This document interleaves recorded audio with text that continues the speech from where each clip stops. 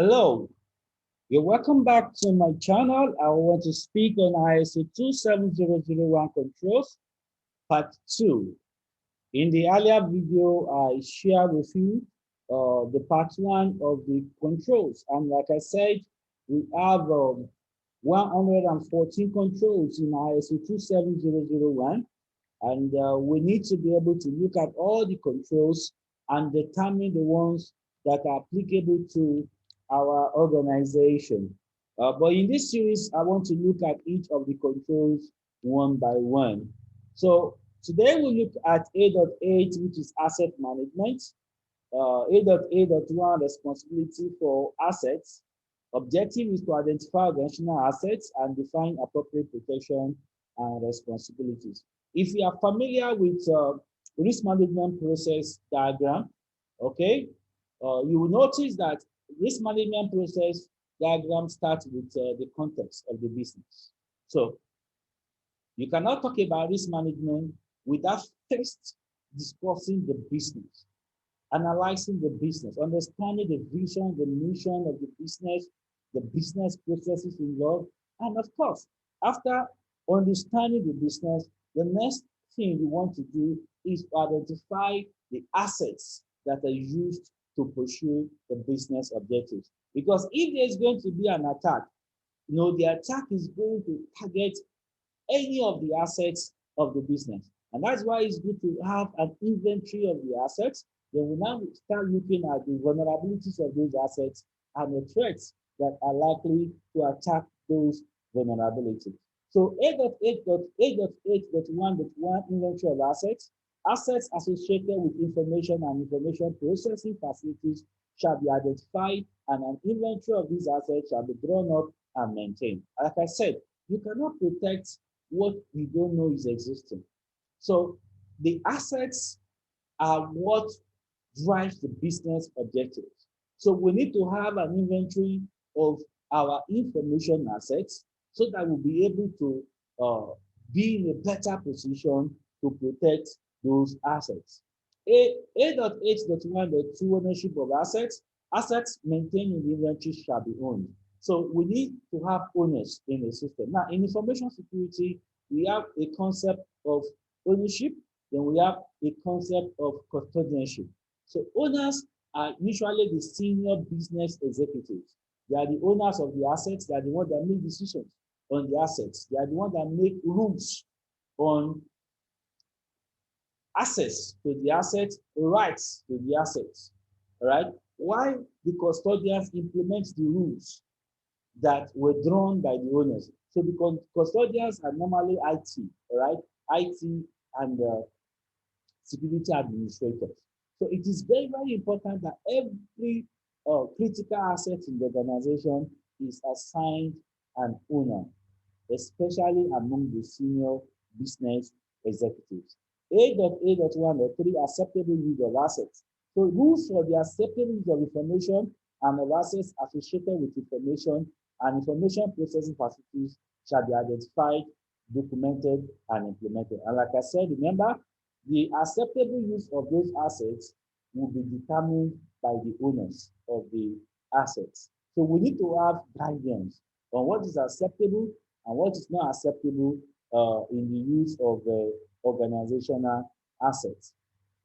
A.8.1.4 return of assets. All employees and external party users shall return all of the organizational assets in their possession upon termination of the employment, contract, or agreement. So starting from ID card. You're no longer a staff of the organization, you're expected to return the ID card and every other assets that are in your care. Okay, so you need to return assets. Even if the principles of the organization is bring your own device. So it's a personal laptop you're using in the corporate network. There should still be a policy constraining you to submit that laptop to IT for screening. So they need to be able to sanitize that laptop, remove every information that will lead to corporate compromise from the laptop before they return it back to the owner. Okay, A.8.2.1 classification of information. So we need to be able to classify information in the organization in terms of sensitivity, in terms of criticality, so that we don't mistakenly or erroneously disclose information that is not supposed to be disclosed. So we need to have information classified into public. Okay, this information, it can be shared anywhere, but there should be some information, of course, that will be classified even within the organization. So you need to have needs to know for you to have access to such information. Okay, so there must be information classification policy. Right? A.8.2.2, labeling of information. An appropriate set of procedures for information labeling shall be developed and implemented in accordance with the information classification scheme adopted by the organization. So based on the classification in the information security policy, you should be able to label an information appropriately in a manner commensurate with the sensitivity of that information. A.8.2.3, handling of assets. Procedures for handling assets shall be developed and implemented in accordance with information classification schemes adopted by the organization. So we need to know the acceptable way of handling assets within the organization.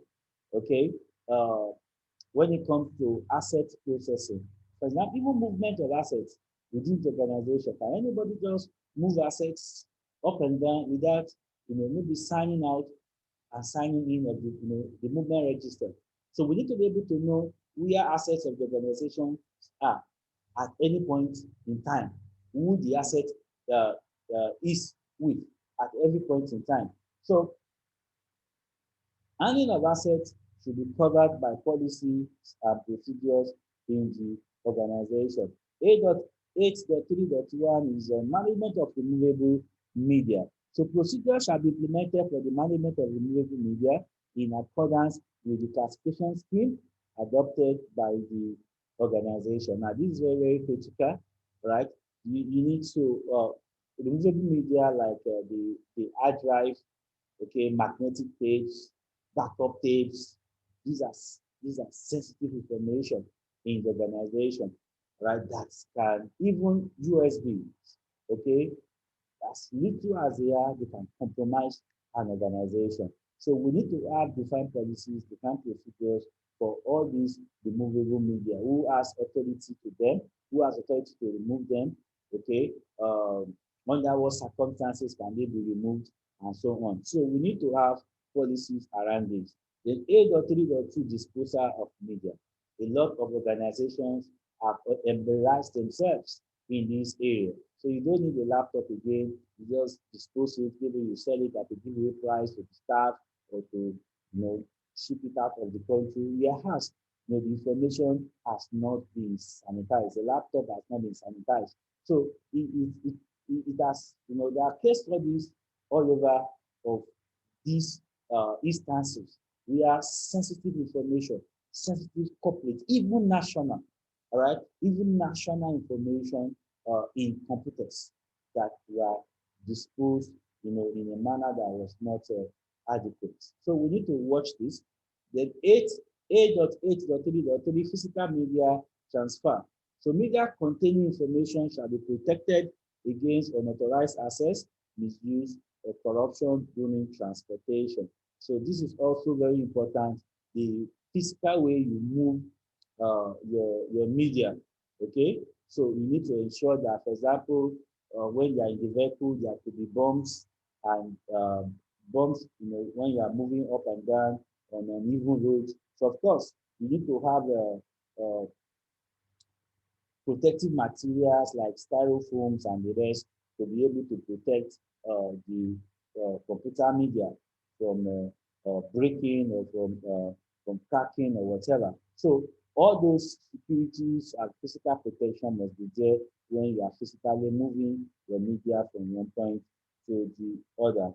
Okay, so 8.9 is on access control, which is very, very important. The objective is to limit access to information and information processing facilities. So people, only authorized people should have access to your system, to your environment. So 8.9.1.1 says there must be an access control policy. And like I said earlier in the earlier video, policy must be approved management, because a policy is a reflection of management philosophy. So we need to have a policy on access control which must be constantly reviewed. Okay. Then 8.9.1.2, access of networks and network services. Users shall be only be provided with access to the network and network services that they have been specifically authorized to use. So that is need to know least privilege. So you are giving access to the network basically based on your job role. Okay, then 8.9.2.1, user registration and the registration. There must be a process for creating people, starting from the access form. So before I can be created on the system, I must fill a form, I must be duly authorized. Then it is the authorized form now that IT will use now to create me. And if I'm going on vacation, my ID should be suspended. If I'm no longer with the organization, my ID should be deactivated. So that's what we are talking about. So 8.9.2.2, user access provisioning. Okay, so we need to be able to ensure that access is given only to people that needs it to do their work. Even your vendors, okay, the access you're going to give them must be limited to the days, the length of time they require to do that job. So you don't need, the job is over, you need to revoke the access rights. Okay. 8.9.2.3, management of privileged access rights. Now, this is very sensitive in organization. Look at the SYS ID in Oracle, or system ID in Oracle. These are very, very powerful, IDs. So the admin user IDs, the super users in the system, you have to watch these IDs carefully in terms of allocation, who is assigned those IDs, in terms of management, in terms of security, in terms of footprinting. So that is very, very important. 8.9.2.4, management of secret authentication information of users. So your multiple factor authentication, comes in here, what to know, your password, your PIN, what to have, your card, your token, right? What to are your biometrics, fingerprint, iris, retina, okay, voice recognition, answer palm, okay, and so on. So we need to have a system to be able to authenticate users in the system, to be able to identify and authenticate users in the system. And of course, the system must also be protected, okay, from brute force and other attacks. Okay, then 8.9.2.5, review of user access rights. So we need to be able to have assurance people and internal control people that will be able to access the access control lists, okay, so that we'll be able to know that only people that are performing one role or the other are in the system, number one. And number two, that the rights given to them does not exceed what they need to perform their job. So this should be done on regular intervals. Then 8.9.2.6, removal or adjustment of access rights. Like I said, if somebody is no longer in the employ of the organization, you have to disable the access right. The contractor has finished his or her job, you have to disable the access rights. Then 8.9.3.1, user responsibilities. Everybody must be accountable in the organization for their IDs, for their login credentials. So you need to let people know, you don't share your password, you don't write down your password, you are not careless with your password, you change your password every 30 days, and so on. So the password management policies and procedures should be made known to everybody in the organization. 8.9.4.1, information access restriction. To access to information and application system functions shall be restricted in accordance with the access control policy. Then 8.9.4.2 is talking about secure logon procedures.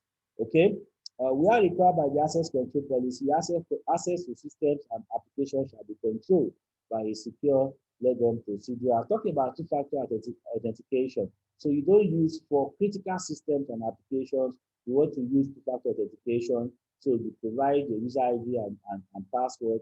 You still provide maybe biometrics and the token string or a token string. So basically to ensure that the logon procedures are more secure. You don't store password the way they are typed. The password is hashed. Okay, so you store password in a hashed form in the system so that even if a hacker breaks into your password file, all you will see is the digest that will not make sense to the hacker. Okay, ensure that there is password aging. So every 30 days, uh, people are forced to change their password. What about password you use? You cannot reuse a password for more than once in a year. All right, so if I use a password in January 2021, before I can reuse that password, the system will force me such that I only use the password again in January 2022. That is what we are talking about. A.NET for the 3 password management system have just linked that to secure login procedure. So it is very, very important that people know the strength of password that is allowable in the organization in terms of the length, in terms of the components of the password. So small letters, capital letters, special characters, and so on. So you want to have that complexity of password. You have to also train people in security awareness. Don't share your password, no matter what the cost may be. Somebody calls you on phone. Oh, we are doing a maintenance on the system, and we need this password right now. We are calling from IT. So people need to be trained not to fall for such gimmicks. Okay, then A.NET the 4 use of privileged utility programs. And there are some of these utility programs that are available to IT guys that doesn't need audit trail, right? And it's capable of overriding systems, override controls. So such utilities, you need to restrict their use in the production environment. The A.NET the 5 access control to program source code, of course. The source code is very, very relevant and germane to the operations and germane to security also. So you don't give everybody access to the source code. So access to program source code shall be seriously restricted to only authorized users. Finally, we look at cryptography, A.10. Cryptography is very interesting, though a bit complex. Okay, but basically, to simplify things, cryptography is simply the conversion of plain text. Okay, so a ciphertext. So you have a passage, a message written in English, in French, in whatever language, then it is now converted to a version of that. You can't understand unless you have the encryption key. Okay, so we have private key cryptography, we have public key cryptography, we have hash function, algorithm as the various types of the cryptography that is in existence outside there. So 8.10.1.1 policy on the use of cryptographic control. So we need to have a policy that's approved by management on how we are going to use encryption technologies in the organization. That's what I say. All right. Then 8.10.1.2 key management. All right. The security of the encryption process depends on the key. The length of the key also matters. The longer the key, all right, the more secure the encryption process. But it can affect the speed of the encryption process. Okay, if the key is short, then the encryption process is fast, but that means the key is also liable to be broken easily by hackers. Okay, so you have to ensure that the key is also very, very secure. Okay, so for example, private key in a public key cryptography is supposed to be known only to the party involved in the encryption process. So that is very important. So there should be a policy on the use, protection, and lifetime of cryptographic keys in the organization. So we need to have a policy on the management of the encryption keys in the organization. So this is what I have for you in this session on ISO 27001 controls. We still have a lot to cover as we talk about all these controls. Like I said earlier in the first video, not all these controls will be relevant to the organization you want to implement ISO 27001 for. But we need to develop a statement of applicability. So thank you. Please subscribe to my channel as I also prepare more videos for you. Thank you.